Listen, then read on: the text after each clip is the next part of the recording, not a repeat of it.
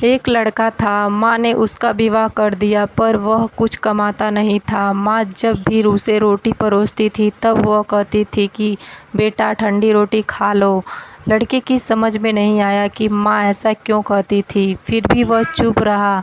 एक दिन माँ किसी काम से बाहर गई तो जाते समय अपनी बहू को कह गई कि जब लड़का आए तो उसको रोटी परोस देना और रोटी परोसकर कह देना कि ठंडी रोटी खा लो।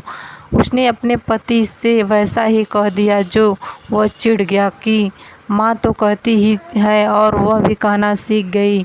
वह अपनी स्त्री से बोला कि बता रोटी ठंडी कैसे हुई, रोटी भी गर्म है, दाल साग भी गर्म है, फिर तू ठंडी रोटी कैसे कहती है। वह बोली कि यह तो आपकी माँ जाने, आपकी माँ ने मुझे ऐसा कहने के लिए कहा था इसलिए मैंने कह दिया। वह बोला कि मैं रोटी नहीं खाऊंगा, माँ तो कहती ही थी, तू भी सीख गई। माँ घर आई तो उसने बहू से पूछा कि क्या लड़के ने भोजन कर लिया। वह बोली कि उन्होंने तो भोजन किया ही नहीं, उल्टा नाराज़ हो गए। माँ ने लड़के से पूछा तो वह बोली कि माँ तू रोज़ाना कहती थी कि ठंडी रोटी खा ले और मैं सह लेता था, पर अब यह भी सीख गई है कहना रोटी तो गर्म होती है, तू बता कि रोटी ठंडी कैसे है।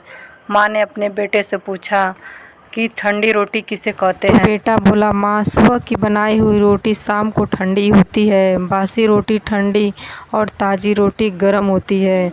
माँ ने कहा बेटा अब तू विचार करके देख, तेरे बाप की जो कमाई है वह ठंडी और बासी रोटी है, गरम ताज़ी रोटी तो तब होगी जब तू खुद कमा कर खाएगा। लड़का समझ गया माँ क्या कहना चाहती है, अब मैं खुद कमाऊंगा और गर्म रोटी खाऊंगा।